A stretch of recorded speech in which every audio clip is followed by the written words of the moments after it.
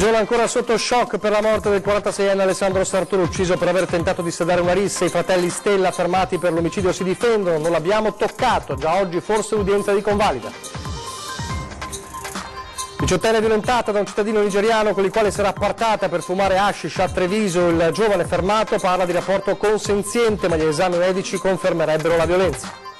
Meno di 48 ore l'attesa apertura del primo tratto di Pedemontana Veneta a Breganze, lunedì mattina assieme a Zaia anche Salvini. Antenna 3 seguirà l'evento in diretta con un'edizione straordinaria. Due guasti alla linea elettrica causano un blackout a Burano, Torcello e Mazzorbo. I vigili del fuoco e tecnici Enel al lavoro tutta la notte per ripristinare la linea elettrica. Nel pomeriggio il Padova Pride con la sfilata dell'orgoglio LGBT, ma Forza Nuova organizza un contropresidio di protesta, città blindata per evitare scontri. Calcio, dopo la sentenza della Corte d'Appello che ha riammesso il Palermo in Serie B, la rabbia del Venezia che oggi presenterà il ricorso. Cucciolo di orso di 5 mesi recuperato dal servizio foreste e fauna in zona del lago di Molveno, in Trentino Alto Adige. L'animale era in evidente stato di deperimento. Telespettatori di Antenna 3, buongiorno, bentrovati, la prima edizione dei nostri telegiornali. Dunque in primo piano torniamo a parlare della tragedia di Cison di Valmarino che abbiamo raccontato ieri, la morte dell'operaio di 46 anni che nel tentativo di sedare una rissa all'esterno di un locale sarebbe stato picchiato fino a perdere la vita. In carcere da ieri sera ci sono due fratelli di Fara di Soligo che però respingono da subito ogni accusa. Potrebbe tenersi già nel pomeriggio nel carcere di Treviso l'interrogatorio di convalida di fronte al GIP di Alberto e Francesco Stella, i due fratelli di Fara di Soligo, da ieri sera sottoposti a fermo di indiziati di delitto con l'ipotesi di omicidio preterintenzionale per la morte avvenuta nella notte tra giovedì e venerdì di Alessandro Sartoro, operaio di 46 anni di Cison di Valmarino, all'esterno della locanda Al Baccaro di Tovena. I due fratelli, molto conosciuti e stimati a Fara, rigettano ogni accusa. Agli inquirenti, che li hanno ascoltati tutta la notte di giovedì fino al pomeriggio di ieri, avrebbero detto di non aver picchiato Sartor, ma di essergli passati accanto, poi l'uomo sarebbe caduto a terra. I ragazzi, stando sempre a quanto emerso, avrebbero detto di non aver capito che le condizioni dell'operaio erano così gravi e di aver saputo della sua morte solo più tardi. Ai familiari avrebbero detto di essersi allontanati da una delle risse che erano scoppiate per motivi non ancora chiari all'esterno del locale. Sull'auto di uno dei due fratelli i segni che sarebbero stati lasciati dai pugni sferrati sulla carrozzeria da alcuni presenti. Scioccati i due ragazzi per quanto accaduto e per l'accusa che pesa ora su di loro. Sconvolti anche i familiari che per ore li hanno attesi fuori dalla caserma dei carabinieri di Cison, sicuri della loro innocenza. L'esatta ricostruzione di quanto accaduto intorno all'1 di notte di giovedì non è ancora chiara. Sembra che gli animi dei presenti nel locale, dove era in corso una festa per il passaggio venerdì del Giro d'Italia, si siano accesi. A quel punto sono scoppiati diversi focolai di rissa. Nel tentativo di sedare uno di questi, Sartor sarebbe stato picchiato prima di cadere a terra privo di sensi. Soccorso dal suo e morirà poco dopo l'arrivo all'ospedale di Conegliano. Nelle prossime ore dovrebbe essere anche affidato l'incarico al medico legale per eseguire l'autopsia sul corpo del 46enne, che dovrà chiarire se la morte sia sopraggiunta per un arresto cardiocircolatorio o per le lesioni riportate nel tentativo di calmare gli animi. Tovena, frazione di Cison, dove si è consumato il dramma e dove Sartor era molto conosciuto, era stato in passato presidente della Proloco del paese, è sotto shock per la sua morte. Non avrebbe fatto male ad una mosca, dicono, non meritava di morire così. Un concetto che ribadisce anche l'ex sindaco Cristina Appine, che conosceva bene il 46enne, che 5 anni fa, in occasione delle amministrative, si era candidato nella sua lista. Il suo grande altruismo l'ha portato a fare l'ultimo atto di bontà. Sì, assolutamente sì, Alessandro può aver fatto solo questo, cercare di sedare una rissa, e purtroppo ci ha rimesso. Purtroppo sì, non mi faccia parlare. Un dispiacere, signora, che non le dico, meglio non si poteva avere un figlio che tutti vorrebbero così. Scioccati, e conosco bene la famiglia, il padre, la madre, ma che lui era sempre qua, non avrebbe fatto male a una mosca. Ancora la cronaca dalla Marca, stuprata da un cittadino nigeriano di 27 anni residente a Carbonera, irregolare in Italia, ora sottoposto a fermo e in carcere a Treviso. Vittima una 18enne ospitata in una casa famiglia del Padovano, da cui mercoledì si era allontanata per raggiungere proprio Treviso. Qui ha incontrato il 27enne con cui si è appartata per fumare dell'hashish. La giovane ha poi raccontato ai carabinieri di essere svenuta e quando ha ripreso i sensi lui non c'era più e si è accorto di aver avuto un rapporto sessuale. La 18enne a quel punto ha chiesto aiuto a una barista che ha chiamato il 112. La ragazza è stata portata in ospedale dove gli accertamenti del caso a cui è stata sottoposta hanno riscontrato che poco prima aveva avuto un rapporto e che aveva delle abrasioni compatibili con una violenza. Nel frattempo i carabinieri hanno rintracciato il 27enne che ha fornito in parte una diversa versione dei fatti dicendo che il rapporto era consenziente, ma gli elementi raccolti sono stati sufficienti per far scattare il fermo. Lasciamo per un attimo la cronaca adesso per tornare a parlare della Pedemontana Veneta. Meno di 48 ore ormai all'attesa apertura del primo tratto della superstrada Pedemontana Veneta che aprirà ufficialmente le auto lunedì alle 12. C'era stato l'annuncio 3 giorni fa del vice premier Salvini, confermato poi dai vertici della regione, Luca Zaia in testa. Quindi lunedì alle 12 l'apertura, ci saranno Zaia, ci sarà Salvini. Alle 11 inizia la cerimonia ed è una cerimonia appunto che vedrà presente oltre al governatore Zaia anche i vertici del concessionario, il commissario dell'autorità vigilante e il vice premier Salvini. E la cerimonia che avrà inizio alle 11 sarà un evento che Antena 3 e Rete Veneta seguiranno in diretta con un'edizione straordinaria dei nostri telegiornali a reti unificate a partire dalle 10:30. In studio Ferdinando Avarino con Angelo Cimarosti in collegamento da Breganze per raccontare minuto per minuto l'avvio finalmente della superstrada Pedemontana Veneta. Dunque ore 10:30 di lunedì, un'edizione straordinaria da non perdere proprio per vivere insieme a noi, insieme a voi, l'avvio di questa grande opera appunto dopo tanti mesi di attesa. E adesso Venezia con una nottata di disagi, una serata che è diventata poi nottata di disagi per un blackout che ha colpito le isole di Burano, Torcello e Mazzorbo. Ci racconta quanto avvenuto al telefono il nostro Filippo Fois. Filippo. Sì, buongiorno da Venezia. Dunque, Burano, Torcello e Mazzorbo al buio, colpiti da un blackout causati da un paio di guasti alla linea elettrica in nottata, che hanno richiesto poi un lavoro che si è prolungato per tutta la notte, sia da parte dei tecnici dell'Enel che dei vigili del fuoco. Naturalmente non si è trattato di un'operazione facile perché innanzitutto bisognava localizzare dove si fossero verificati i guasti, che poi sono stati individuati entrambi sott'acqua. Nella mattinata poi sono arrivati i primi 2 grandi generatori che hanno dato un po' di sollievo, un po' di energia elettrica, sono entrati in funzione poche ore fa, attorno alle 9. Sul posto tra l'altro in nottata era arrivato anche il sindaco di Venezia, Luigi Brugnale, ed era stato lui a confermare in un tweet l'arrivo dei primi 4 gruppi elettrogeni, però piccoli per eventuali esigenze, quelle più impellenti della popolazione. Sul posto è attiva anche la protezione civile di Burano, che è aperta e operativa sia per fornire informazioni ai cittadini che per i generi di conforto, mentre nel frattempo continuano le operazioni, i lavori di riparazione dei guasti da parte dei tecnici dell'Enel. Con questo per ora da Venezia è tutto, vi restituiamo la linea. Grazie a Filippo Fois. Adesso parliamo di questo clima che finalmente ha visto riportare il sole. Ma c'è una categoria che non può dimenticare quanto accaduto negli ultimi 2 mesi, soprattutto in maggio ma anche in aprile, ovvero gli agricoltori. Allora, ieri sera a 20:10 il grido d'allarme dei produttori agricoli, le parole di Paolo Quaggio, presidente di CIA Venezia, e di Francesco Faraon, vice direttore di Coldiretti Treviso, sullo stato dell'arte, la situazione in questi giorni per le colture in ginocchio. Sentiamoli.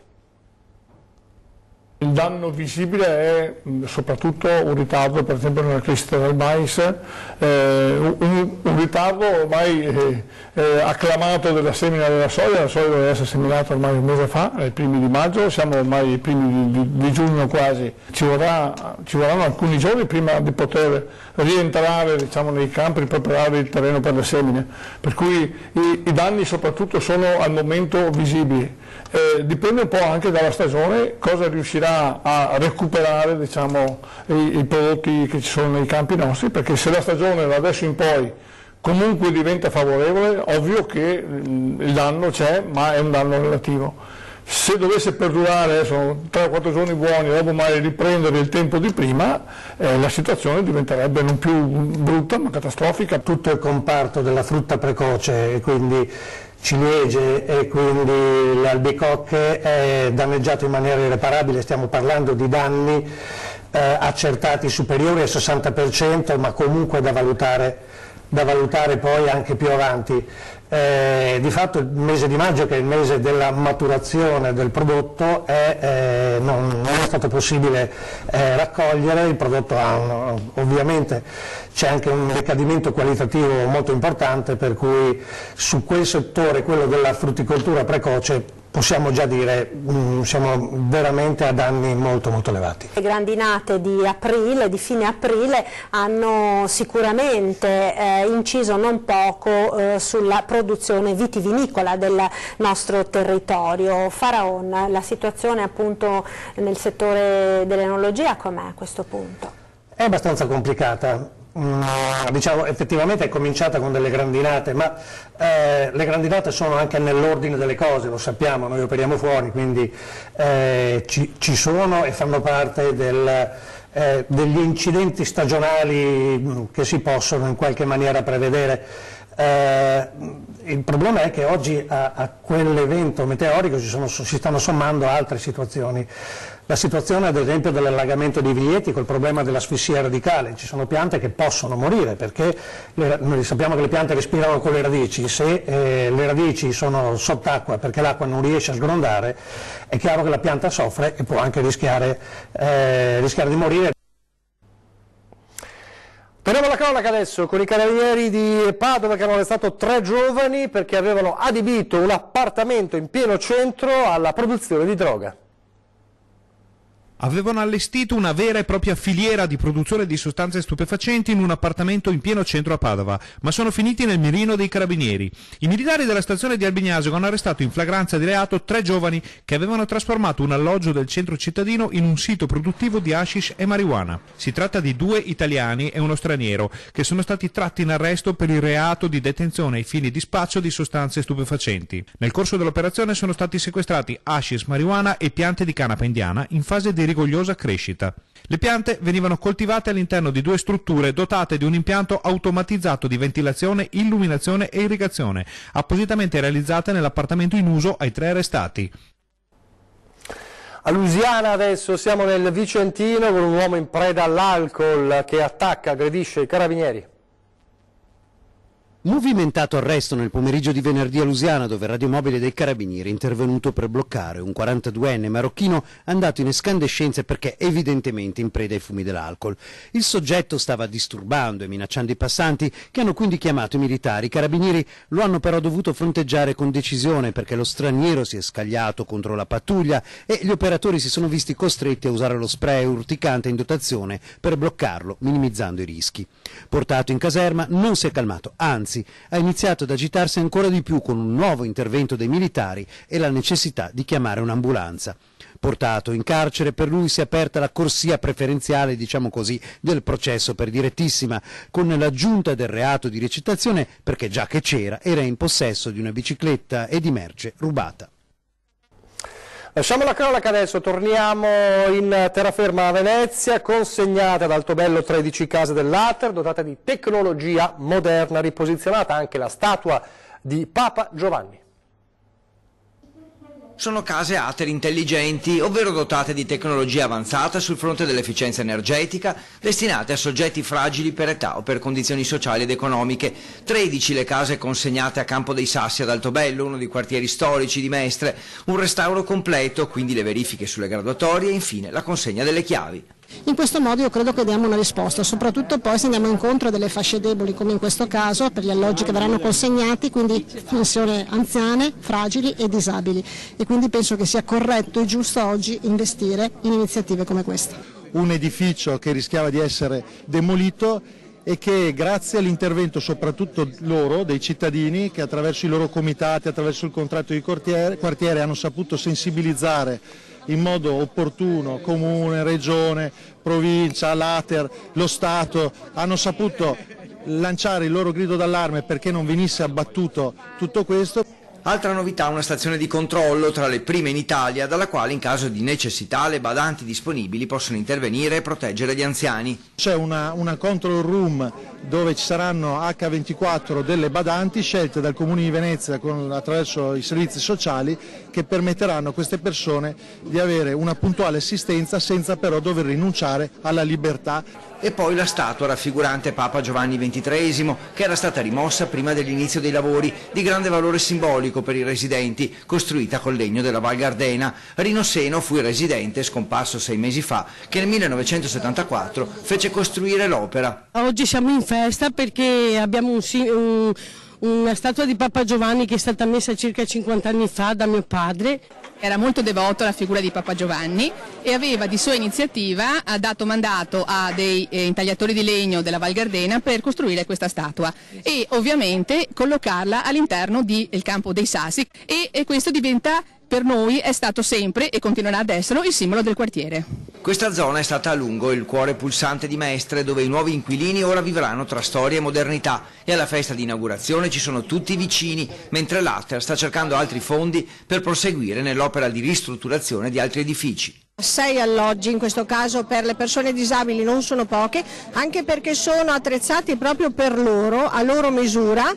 È importante e sarà il primo di tanti altri progetti. Pochi istanti di pubblicità, poi parleremo del Pride a Padova che sta per iniziare.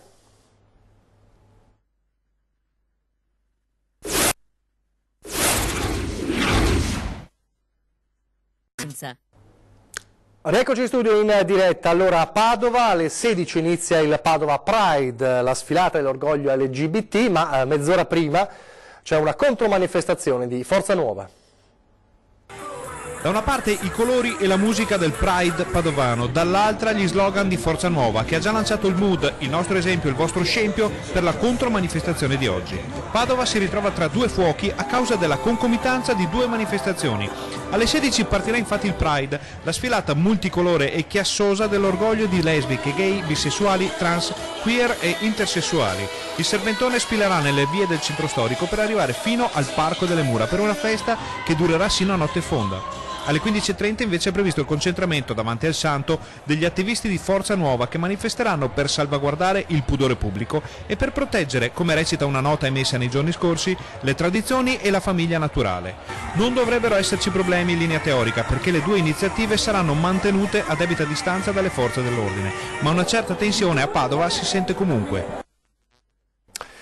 Adesso lo sport, il calcio, ma non il calcio giocato, purtroppo c'è ancora fortissima la rabbia del Venezia dopo la sentenza della Corte d'Appello che ha riammesso il Palermo in Serie B, portando i veneziani a dover disputare i play-out contro la Salernitana dopo che nei giorni scorsi, come sappiamo, alla squadra era stata comunicata la salvezza. Ieri le due parole dei vertici del Venezia che oggi presentano il ricorso.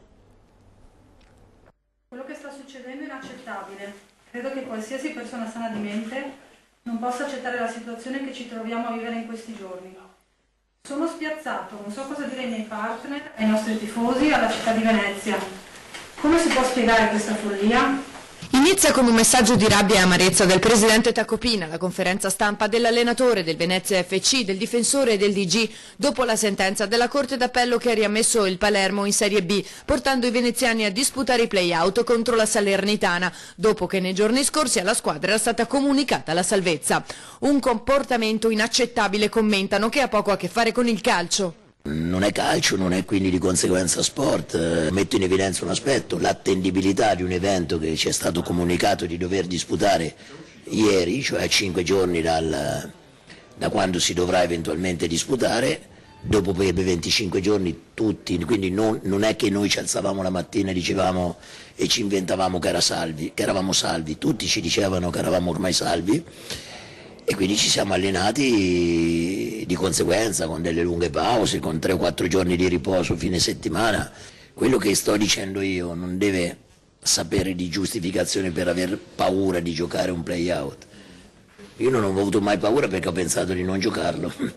La squadra non ha la preparazione fisica né psicologica per affrontare questa doppia sfida. Noi ci giochiamo tutto in queste 2 partite, ci giochiamo contratti, giochiamo soldi per le nostre famiglie, il futuro, e come noi se lo giocano le famiglie di tutto lo staff, le famiglie di tutti i dipendenti della società, quindi non vedo perché ci debba essere richiesto di fare una cosa che sportivamente parlando in questo momento è una follia. C'è amarezza anche tra i tifosi. Lo striscione dei nostri tifosi che è stato appeso ieri fuori dal nostro campo di allenamento, in cui c'è scritto vicino a rispettate la maglia, non giocate, che sembra una grande contraddizione, perché di solito il rispetto per la maglia te lo chiedono giocando una grande partita. In questa frase c'è tanto, io credo che chi ha la capacità dovrebbero leggerla un pochino. Il Venezia è stato trattato come una realtà provinciale, chiosa il DG. C'è la percezione, per come è stata gestita questa situazione, che il Venezia non abbia gli stessi diritti delle altre squadre. Noi non possiamo essere l'agnello sacrificale dei problemi di gestione di altri. Dalla rabbia del Venezia Calcio alla dolcezza di una bella storia che riguarda un cucciolo di orso di 5 mesi recuperato dal servizio Foreste e Fauna nella zona del lago di Molveno in Trentino Alto Adige. L'animale era in evidente stato di deperimento, orfano, quindi senza famiglia, e secondo gli esperti questo stato di deperimento ne avrebbe compromesso la sopravvivenza. A quel punto, dopo giorni di osservazione, la decisione di catturarlo per poterlo curare, se le condizioni di salute lo consentiranno, potrebbe essere rilasciato tra i boschi. Adesso a Castelfranco invece con l'arte, perché è stata restituita alla città di Castelfranco la pala incoronazione della Vergine. Giù il telo, la pala L'Incoronazione della Vergine, opera di Fra Cosimo da Castelfranco al secolo Paolo Piazza, ora spicca nella controfacciata della chiesa di San Giacomo Apostolo a Castelfranco. L'opera, riconsegnata alla città, sarà ora oggetto di visite appositamente organizzate per far conoscere il capolavoro del pittore castellano. Visite guidate e organizzate già dal fine settimana dagli allievi del Liceo Giorgione, preparati dai volontari dell'Associazione Amici dei Musei. Un percorso che, partendo dal museo, primo polo culturale cittadino, passa per la visita alla Pala del Giorgione per concludersi alla chiesa di San Giacomo, chiesa che con il prezioso coro ligneo ora entra a far parte del circuito culturale cittadino. Con la collocazione della pala del Piazza sicuramente la nostra città avrà un notevole slancio culturale, perché potremo mettere diciamo così, a conoscenza del pubblico anche le altre opere che sono dentro alla chiesa di San Giacomo, che vanno ad arricchire naturalmente la chiesa di San Giacomo e che finora erano poco, diciamo così, conosciute. Siamo in chiusura e chiudiamo con un'altra buona notizia, quella di una signora di 30 anni che questa notte ha partorito il suo terzo bambino nel parcheggio, pensate, dell'ospedale di Chioggia. Sia la neomamma che il bambino stanno bene, rimarranno nel nosocomio ancora qualche giorno. La donna ieri sera ha cominciato a sentirsi male, con il marito ha deciso di rivolgersi all'ospedale Clodiense, non è residente nella città ma nei pressi. Una volta però giunti nel parcheggio il bambino aveva evidentemente troppa fretta di nascere e così il padre ha preferito accorciare i tempi, ha chiesto l'intervento dei medici del pronto soccorso direttamente nel parcheggio. Un'equipe è accorsa in un battibaleno accompagnando il parto, che è avvenuto alle ore 23:37 senza nessun problema per mamma e figlio. Auguri dunque alla famiglia. Adesso le previsioni del tempo, grazie per averci seguito, arrivederci.